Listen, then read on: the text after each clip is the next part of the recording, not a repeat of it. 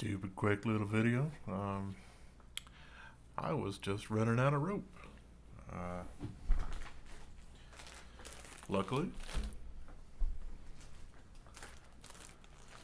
I got some more in, so I can keep going.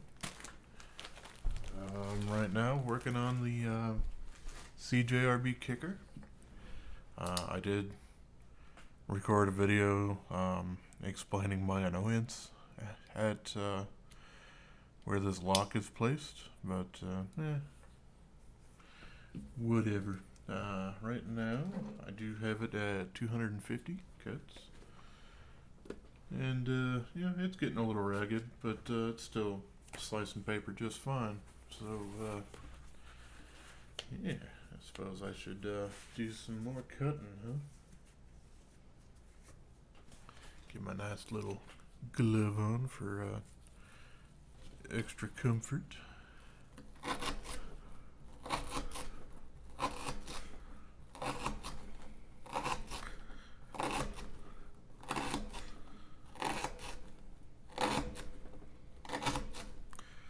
Alright, there's 10.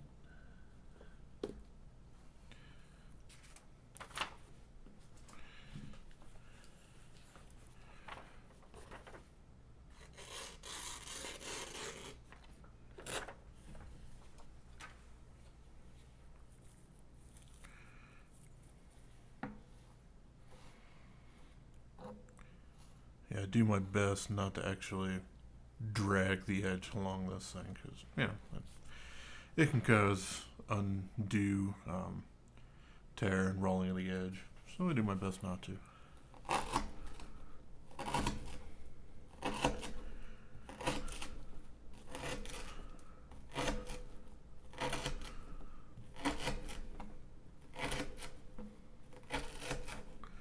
Alrighty, there's another 10.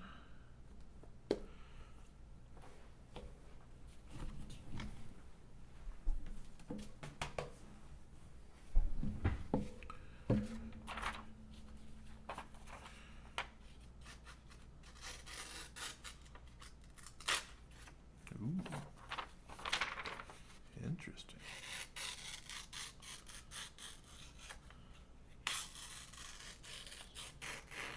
Nah, I think we're still good.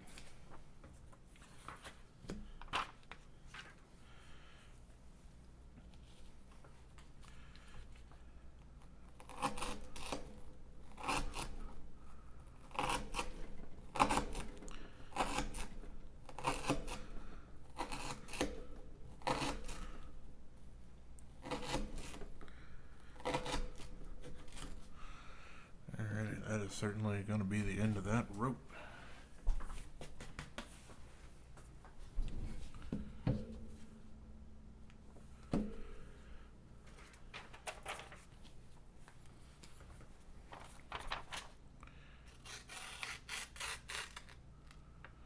It does hang up just right there. Let's see if it continually does that. No, it's very inconsistent with it. Alrighty. Well,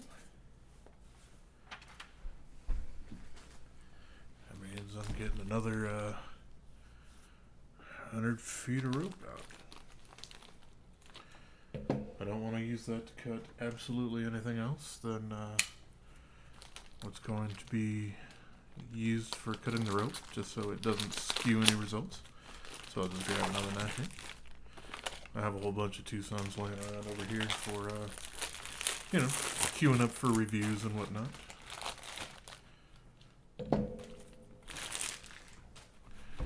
These guys got twine all up on.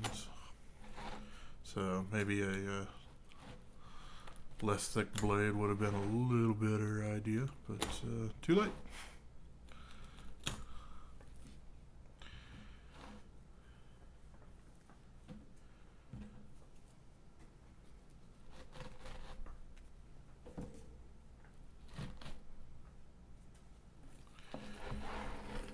Alright, I could set that down on the ground next to my stuff. And what's actually neat is I can hook it along the backside here, basically on what I'm mounting this camera onto. So it holds it. Does a pretty darn good job until you get down to little tiny bits, because the curls are not really doing a super great job at keeping the rope straight for it. But yeah, whatever. Okay, so that was 350, 60, 70, 80. Alrighty. 200, by the way, not 300.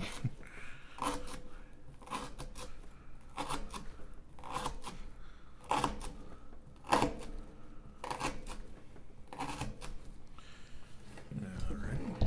Oops, there it goes.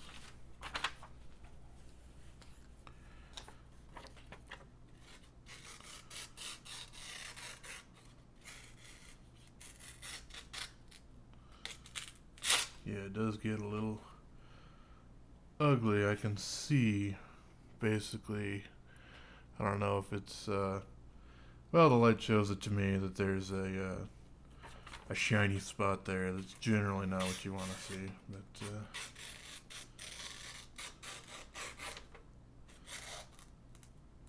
yeah, it will basically hang up there, but it's just that little tiny area. So I'm going to give it the benefit of the doubt, and I will give it basically, let's go another 5 cuts and see, huh?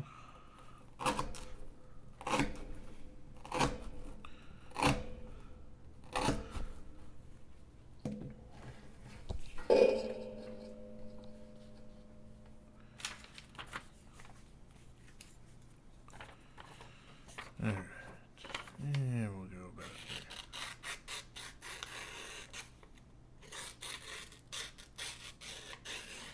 there. Yeah, it's still going. Alright. We'll go another 5.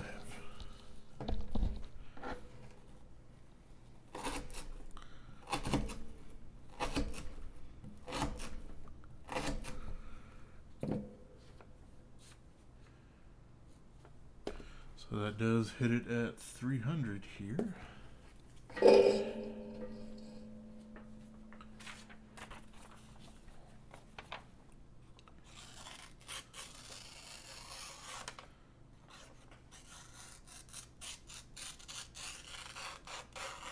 And it's just kind of going.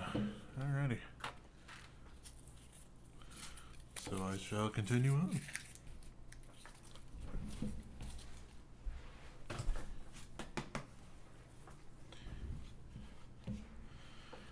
This certainly isn't the most entertaining content for a lot of people, but some people are really into it, so why not?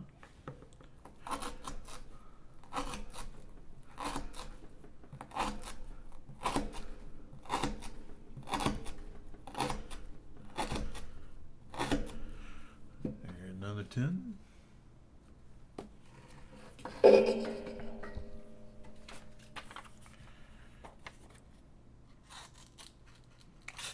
Ooh, okay.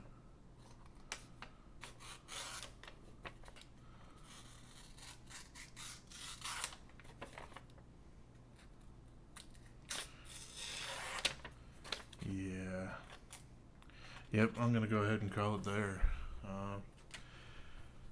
If I can't start a cut around that area, that means that a little bit more of the edge have failed, which I could certainly see the reflection there, and a few places over here. So, alrighty, that's basically where I'm going to call that one. At I got 310 on that, which the AR RPM 9 did 320. It seems mostly to me to be pretty much down to margin of error, but either way, the AR RPM 9 is really holding up for it being much more stainless. So that's pretty fantastic. I'd like to see them put it in some more knives. I'm certainly they absolutely will. I mean, it was the reason why they worked on developing it and or acquiring the rights to use it or whatnot. Somebody did ask me if I could compare the RIA here. Obviously, this is the one in AR RPM 9 to the normal version, which I had originally thought was in D2, but apparently I'm wrong. It's in 12C27. So I did actually order that. It should be in sometime this week. I'm recording this late September 2020, in case anybody's super interested in dates or whatever. And yeah, that's almost the only 12C27 that I will have. I do technically have 12C27 and the Spyderco Grasshopper, little tiny dude, and I did around the same time order an Open L. I guess this one's a number 8. In I think olive wood and 12C27 because that's their stainless steel. I do have a couple other Open L's, an 8 and a 10 and a 12, but they're in carbon steel, so that's XC90, I guess, which I'm more familiar with it being a Volvo van model number than a steel, but that's fine. So yeah, I will kind of pit this guy up against its more budget-minded version in 12C27. I do have to say, for this thing being super small, with that extended belly out there, this thing is actually a joy to be able to cut facing down towards something, as well as, obviously your standard pull cuts. So, yeah, this thing is just a home run as far as the design goes.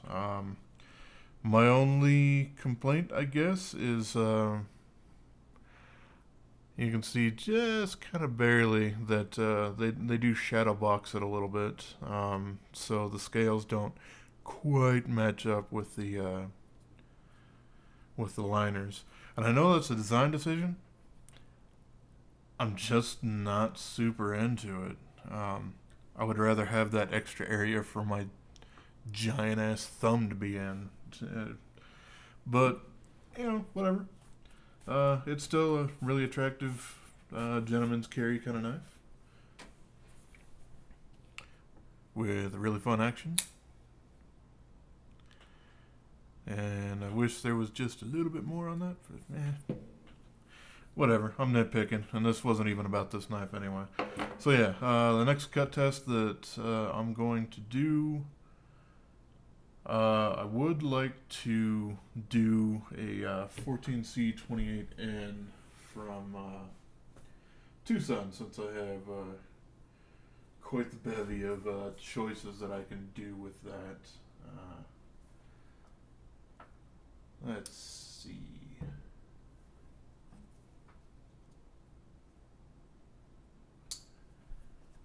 That one, that one, that one, that one. So yeah, I have several choices. I have choices from Jelly Jerry, a couple from Wong Design. There's one from Rattlesnake, and there's Max Chachik, which I really like this knife, but due to its Warncliffey nature, it's really not convenient to try to cut down on a cutting board. So I'm probably going to rule that one out. I'm kind of interested in this Rattlesnake guy in general. The other couple of designs that I've had and taken a look at from him just really weren't super interesting to me, but this one seems alright. A little bit thinner than some of their other G10 sort of guys. So, yeah. I think that's probably the one that I want to go with, but, there's obviously the 127 and whatever the hell this one is. It'd be kind of nice if they actually would print the model numbers on the blades. That might be kind of neat. But oh well. And this Jelly Jerry one is a neat design, but I could maybe do forced from above, but I don't think that's super ergonomic for it. So yeah, I guess it'll be that one right there. So that's going to be my next cut test is 14C28N. And sometime this week, because I've ordered through Blade HQ, I should have the RIA in 12C27. I got the one with the carbon fiber handle because it's flashy, and I'm kind of done and over with Jade G10, which is about the only other one that was readily available when I did the order thing. So there's that. And then, of course, I still actually have to re-put the edge on this M4 because I certainly want to do that. And still really debating whether or not I want to put my edge onto the PM2 and crewwear, and probably break my fingers with how many cuts that should take. But yeah, I mean there's others. Something I've probably been interested in for quite a while would be testing a VG10. Obviously, my Endura would probably do a hell of a lot of cuts because it's fully serrated, so that's not really going to well, it would cut through the rope really easily, but it's not going to slice through paper very easily for a long time. So yeah, I'd like to do some VG10. That would be kind of nice.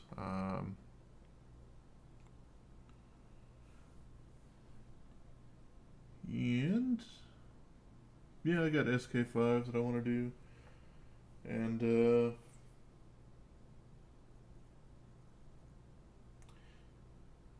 yeah, I lost my train of thought. I don't know. There's more stuff that's going to be coming up, so I'll be doing stuff. Doing these cut tests, kind of updating every once or twice a week or something like that with more information there.